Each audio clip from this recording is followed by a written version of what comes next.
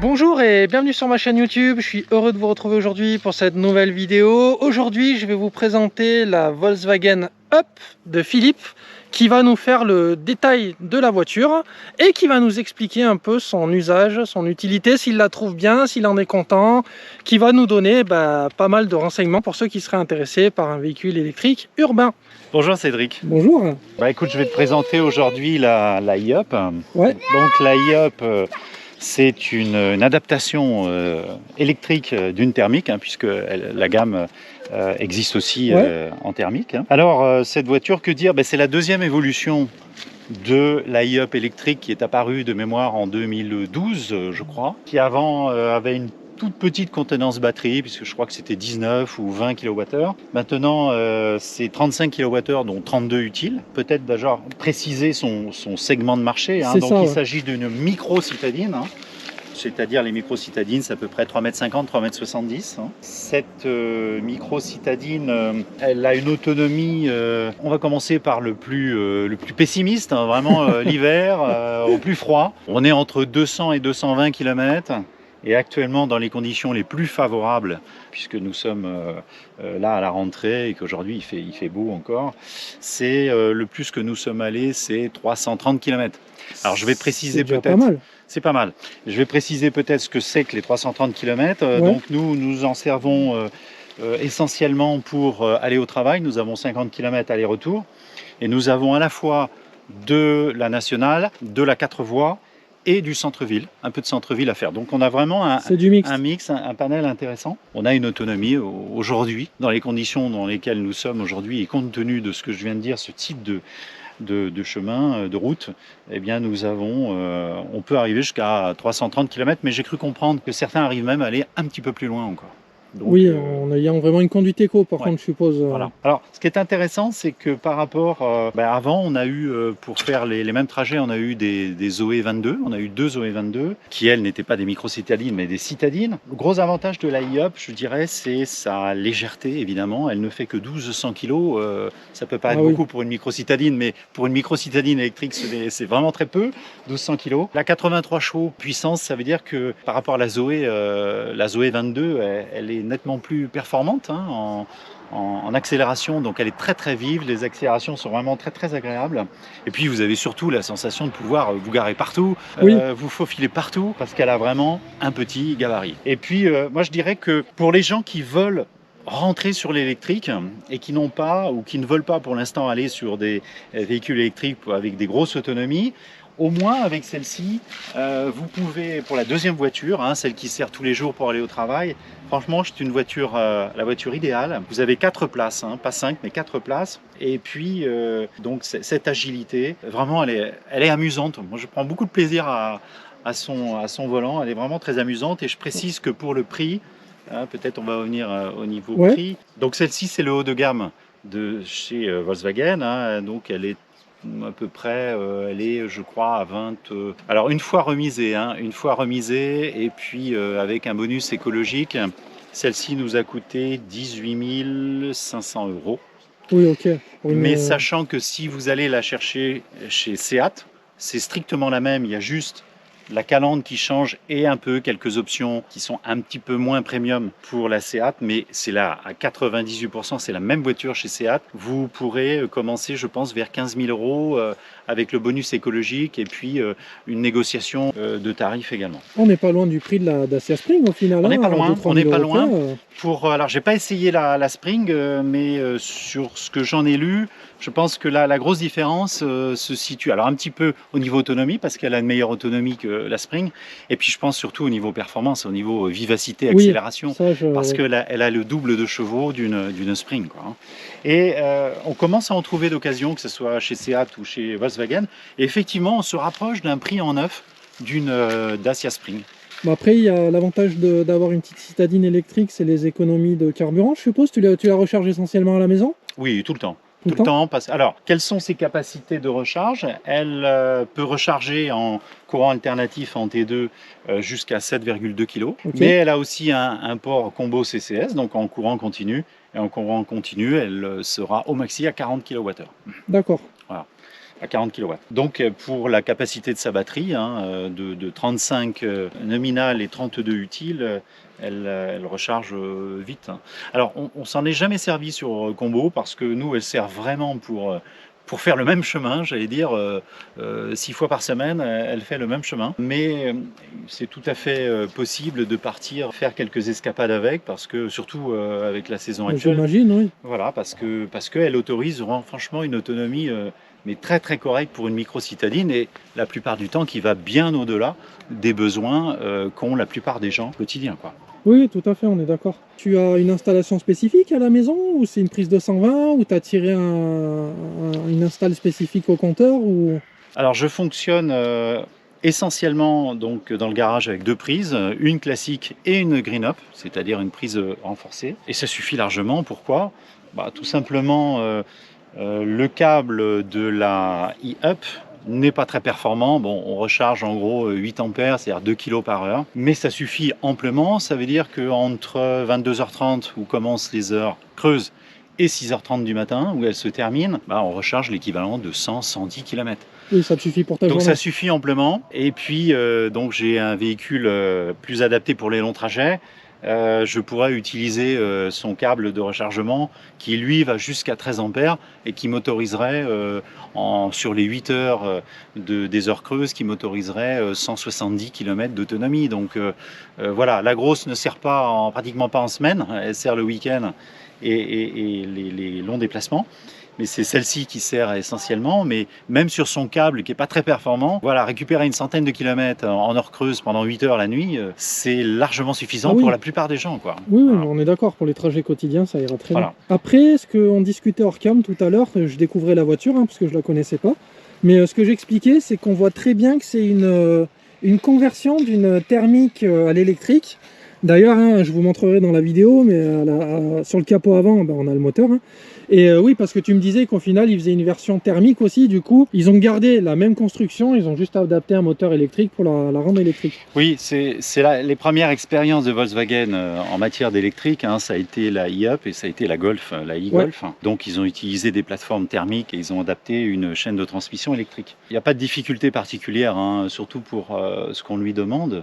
J'allais dire, c'est une voiture qui consomme vraiment très très peu, parce que à cette époque de l'année, vous êtes très souvent à 10 kWh, 11 kWh de conso moyenne. Donc elle est très économique, je dirais jusqu'à 90-100 km/h, et vous comprenez pourquoi quand vous voyez sa forme.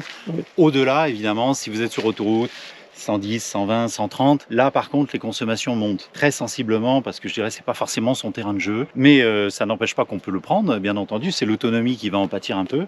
Oui, mais jusqu'à 90, franchement, il y a aucun souci. Elle remplit mais parfaitement son job, et elle consomme vraiment très très peu. Moi, je l'ai en petite citadine, franchement, elle m'irait très bien. Le volume, la taille de la voiture fait que tu peux t'insérer partout en ville, tu peux te garer facilement. Donc pour ça, c'est vrai que c'est super pratique. Exact. Après, c'est rigolo parce qu'on retrouve un truc que j'avais oublié. Le frein à main. Oui. C'est des petits détails rigolos. Donc c'est une voiture électrique, donc évidemment, vous avez l'équivalent d'une boîte auto, mais c'est pas une boîte auto. En fait, c'est simplement pour lui indiquer la marche arrière, le neutre et la marche avant. Ah oui, tiens, j'ai une petite question, puisqu'on est habitué à Tesla. Est-ce que tu as un mode de récupération d'énergie sur cette voiture? Oui. Ouais. Oui, alors je vois que tu as filmé j'ai dit le B là, c'est pour ça que je t'ai... Voilà. Donc soit tu es en D et tu as très très peu de régénération, soit tu mets en B Et franchement, pour avoir eu pas mal de voitures électriques depuis 5 ans, elle est assez étonnante en termes de régénération. C'est-à-dire qu'on peut, même si elle n'a pas de système e-pédale, hein, c'est-à-dire que les derniers mètres, il faut appuyer sur la pédale pour arrêter la voiture, vous pouvez, mais très très facilement, ne conduire qu'à une seule pédale. Hein. Il suffit d'un tout petit peu anticiper et on ne freine quasiment jamais. Bah, en plus, ça fait économiser les plaquettes de frein, c'est ce que j'aime sur les électriques. Niveau confort, t'en penses quoi? Alors, j'ai été très surpris parce que c'est ma première Volkswagen et je m'attendais à quelque chose de ferme. Eh bien non, pas du tout. C'est pas ferme, je dirais, c'est relativement souple. Bon, c'est pas fait pour attaquer. Même ça reste une petite citadine, voilà. Hein, on n'est pas sur une M3 ou exactement. Une RS. Là, hein. Même si elle tient très très bien la route, mais elle privilégie plus le confort et c'est vraiment très très agréable. Donc au niveau confort, non franchement rien à dire. C'est relativement souple, c'est très agréable et dans les petites routes dans lesquelles on a ici, eh bien, franchement c'est très agréable. Bon, on va aller tester ça après. Oui, tu voulais montrer le coffre aussi pour qu'on ait une idée du volume. Oui. Alors c'est pareil, ça reste une citadine, il faut juste qu'il y ait un volume acceptable pour aller faire les courses. Je te rappelle qu'elle a donc fait 3,60 m, oui, non, quelque après, chose comme ça. Tu vas faire tes courses, Alors une possibilité aussi, voilà, il y a une trappe, hein, on peut la mettre à différents niveaux. Et puis juste ici, si tu peux filmer, bah, il y a le câble T2 et il y a même, regardez le petit soin Dash Qualitat, le petit parapluie Volkswagen qui est livré avec. C'est fourni avec ça. Voilà, qui est fourni avec, exactement. Même dans la Tesla, on l'a pas celui-là. Voilà, et le kit si on crève, évidemment, qui est là. Qui est fourni aussi ou... Qui est fourni avec. Ah ouais, c'est bien. C'est des petits détails qui se perdent, c'est pour ça qu'il faut appuyer dessus. Ouais. Et puis vous aviez la fonctionnalité 1 tiers, 2 tiers. Pour, si toutefois vous avez besoin de la transformer en break, hein, donc je suis comme toi, moi j'ai une Tesla 3 aussi, et la Tesla 3 c'est pas ce qu'il y a de mieux quand on a quelque chose de volumineux à déménager. Donc ce que l'on fait, eh bien, tout simplement c'est qu'on la met en break, et puis là bah, vous avez un volume, un vrai volume de coffre, parce que c'est un petit cube, donc on peut, une machine à laver, ça tient, voilà, c'est vraiment un petit déménageur très très sympa. Ah, il y a une clé. Oui, il y a une clé, mais c'est énorme. Ah non, mais alors là, je trouve ça rigolo ce mix mi-thermique, mi-électrique. T'as un peu des deux univers. Pardon, je me monte moi. Moi j'aime bien être. Donc tu vas appuyer sur la pédale de frein. Et tu vas aller jusqu'au bout, encore. Et attends. Voilà, maintenant elle est prête à partir, tu lâches, voilà. Donc tu vas appuyer sur le frein et tu vas te mettre en mode B. Le mode B, c'est le mode où il y a le plus de régénération. Ok, donc on pourrait comparer à un mode, alors peut-être pas serrage, mais en tout cas rampage. Tu es obligé de freiner. Oui, hein. Exactement. Par contre, ce qu'il me disait là, il y a de la récup, mais ça freine pas. Non, mais en même temps, c'est exactement la même boîte que sur ma... Sur l'ancienne CHR. Exactement, que sur mon hybride. Donc le B, je connais. Le détail qui tue, t'as le frein à main, et oui, t'as failli oublier. Et oui. Ça, c'est cool. Alors si tu veux, en mode rampage. Ce qu'on va faire, c'est qu'on va supprimer, parce qu'elle a un bruiteur très désagréable. Un bruiteur. Ah oui, c'est affreux. Donc on va simplement... Voilà, supprimer le bruiteur et voilà, elle est totalement. Mais elle fait un bruit pour avertir les gens. Elle fait un bruit de vilain 3 cylindres. Voilà. Mais non. C'est marrant. Ah ouais, mais non. Du coup, au niveau. Non, mais déjà, niveau, tu lâches. Je tiens rien. C'est comme une automatique. Exactement. Bah, oui, c'est un mode rampage. Donc elle avance toute seule. Moi, je monte juste l'intérieur un peu plus. Correctement, donc bah là les gens qui n'aiment pas avoir que du tactile, ils vont être servis puisqu'on retrouve tous les boutons, y compris sur le volant, et on retrouve des compteurs à aiguille à l'ancienne. Ouais, mais là ça... c'est où on en est. Ouais, mais ça son petit... sur ce genre de véhicule, ça a son petit charme, j'aime bien moi. Là t'as un frein à main, tu peux faire du drift. Comme si je faisais du drift. Tu peux vendre du rêve un peu. Non. Alors, position de conduite, c'est chouette. Dès qu'on aura passé le virage, et que tu auras une visibilité sur la petite ligne droite, tu vas accélérer à fond. On est à 3 adultes, mais quand même, tu vois, pour une micro-citadine, accélère à fond. Tu vois que c'est sympa. Et on est à 3 adultes dedans. Ah ouais. Oui. Ah oui, pour le coup, c'est terrible. Reprenez le contrôle, là. Je reprends le contrôle. Elle m'a dit reprenez le contrôle. Alors là, tu freines parce qu'il y a des gens qui ne s'arrêtent pas ici. Donc il faut faire attention quand même. On va éviter de mourir tout de suite. Voilà, et tu vas tout droit. Je suis agréablement surpris du confort. Cette route, on l'a fait en arrivant, du coup, je sais très bien qu'elle n'est pas top et accidentée. Je m'attendais à pire avec une petite Elle citadine ballotte. comme ça, Ouais. franchement. Et ouais, alors moi j'aime bien j'aime beaucoup la position de conduite. Oui, parce j'en que- étais sûr, ça fait Bah SUV. oui, on est assis. Voilà. On est assis et on n'est pas spécialement bas en vrai. Hein, on est plutôt bien assis. Bon, tu On vois, est- t'es pas obligé de prendre une Y pour avoir une position. Et ben non, SUV. exactement. Voilà. Alors après, mais non, mais après pour une petite Non, elle est citadine. très prévenante comme voiture. Ouais. La sellerie est vraiment bon maintien, confortable. Ouais. Les suspensions, ça avale beaucoup de choses. Mais franchement. Voilà. Ah Alors, oui, je moi qui suis m'attendais pas à critique ça. sur le confort des voitures, je suis agréablement surpris. Alors là, on arrive à l'intersection, tu vas aller à gauche. À gauche. Oui, Ah, ça va. tu sais quoi, j'ai entendu. Des fois, je me demande. Mais je ne suis Moi, je suis sourd, mais Je bon, ne c'est suis pas pas sourde. Ok, donc il y a quand même un mode serrage. Hein, parce que là, quand je. Oui, tu es obligé, les derniers mètres, tu es obligé d'appuyer sur la pédale de frein. hein. Oui, mais je trouve que son frein régénératif est pas mal. Oui, pour Il est vraiment pas mal. Je disais tout à l'heure à Cédric que comparativement à la Zoé 22, on en a eu deux Zoé 22, on a l'impression d'être en roue libre tout le temps. Là, rien à voir. On est vraiment sur une décélération significative. Je ferme comme ça, c'est mieux. Oui, mais après, elle a un comportement d'automatique, donc tu es obligé de freiner puisqu'elle a toujours tendance à avancer. Mais s'il y a un vrai mode régénératif, c'est déjà pas mal. Ah, oui, je t'assure, regarde, je relâche, il n'y a personne Ouais, derrière. je te crois. Ouais, on sent qu'elle ouais, freine. c'est très net. hein. Donc, il est pas mal, il est vraiment pas mal. Ouais, non, c'est pas mal. En fait, quand l'aiguille passe dans le vert, on régénère. Quand on est dans le bleu, on consomme. D'accord. Ah, c'est bien fichu. Mais ça ressemble aussi à ce que tu avais sur le CHR au niveau des compteurs. Oui. C'est rigolo, il y a plein d'idées qui sont reprises de part et d'autre. Le rayon de braquage. Ah, mais franchement, nickel. Ah ouais. Oui, parce que je t'ai vu prendre le virage, là, j'ai dit, oula, elle m'a pas fait de remarque là-dessus. Mais non, mais elle braque super bien. Ah non, mais je m'attendais pas à ça au niveau Ce que tu vas confort. faire, Cédric, il y a le maintien dans la file aussi. Tu vas s'appuyer sur le off. Voilà, voilà, comme ça va être beaucoup plus pratique. Pour Camille, elle va pas avoir à corriger. Ah, mais ça, c'est actif par défaut, en fait, le maintien dans la voie. C'est-à-dire que dès que tu passes sur une bande blanche, ça elle te te remet dans la recale. voie. C'est assez désagréable, donc je déconnecte Oui. toujours. C'est pas vrai. Moi, pardon. Oula, J'avais pas pu arriver. le drift. Pardon. Elle nous prend des virages de Je ne folie. suis pas Nous voilà en sympathique spécial avec Monde vous. d'écart. Eh ben, franchement, regarde, tu vois, t'as qu'à voir. Hein. Je suis pas fan de petites voitures, mais celle-là en voiture urbaine, franchement, juste dès le démarrage, déjà, elle me plaît. Non, mais je fais exprès pour les virages de pas les prendre spécialement à deux, quoi. Et j'en reviens au prix aussi, je la trouve vraiment pas chère.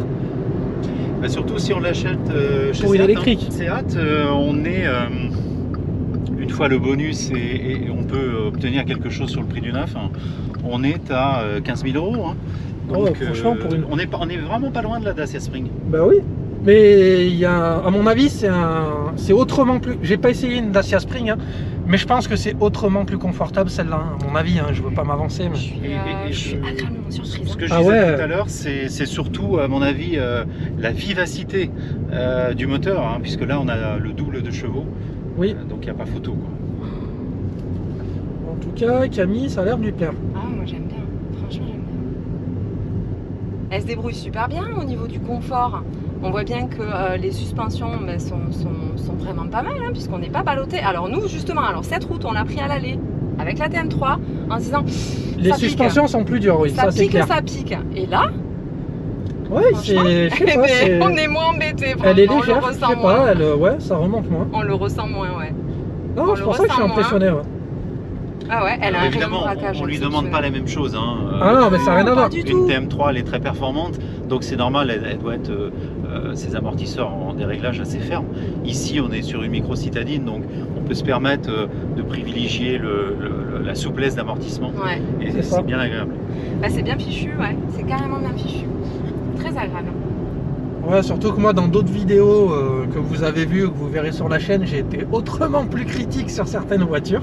L'ID3. Mais sinon, non, la Up, elle me surprend. Mais Mais moi, en j'ai bien. bien aimé l'ID3, mais c'est pareil, on n'est pas du tout dans le même.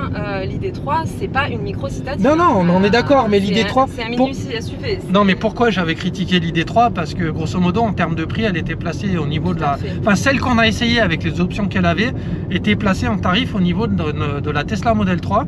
Et là, clairement, c'est non. 36 000 € dans une ID3, non. Oui, ouais, moi, elle me plaît bien. Elle me plaît bien. Ah oui, pour une petite Mais en citadine, plus, toi, pour les trajets que tu as à franchement, faire au quotidien, ce genre de voiture serait parfait, franchement. c'est clair. Alors, entre parenthèses, tu ne m'enlèveras pas la TM3. Mais si on avait une deuxième voiture, oui. Il faut que je tourne tout droit. Allez. Oui, non, mais ça, oui, la Tesla, on n'y touche plus, j'ai bien Non. compris. Mais Je l'aime bien. ah, bah, tu vois, là, t'as fait une fan. Tu l'as convertie. 10 minutes au volant de la Up, c'est bon, elle part avec, quoi. Ah, mais je la trouve super agréable, en vrai. Mais en fait, pourquoi? Parce qu'en référentiel récent, on a eu quoi? On a roulé en Capture, on a roulé en C3, on a roulé en Clio. Franchement, sur des routes comme ça, sans être vexant, je me suis ruiné le dos, c'est des merguez.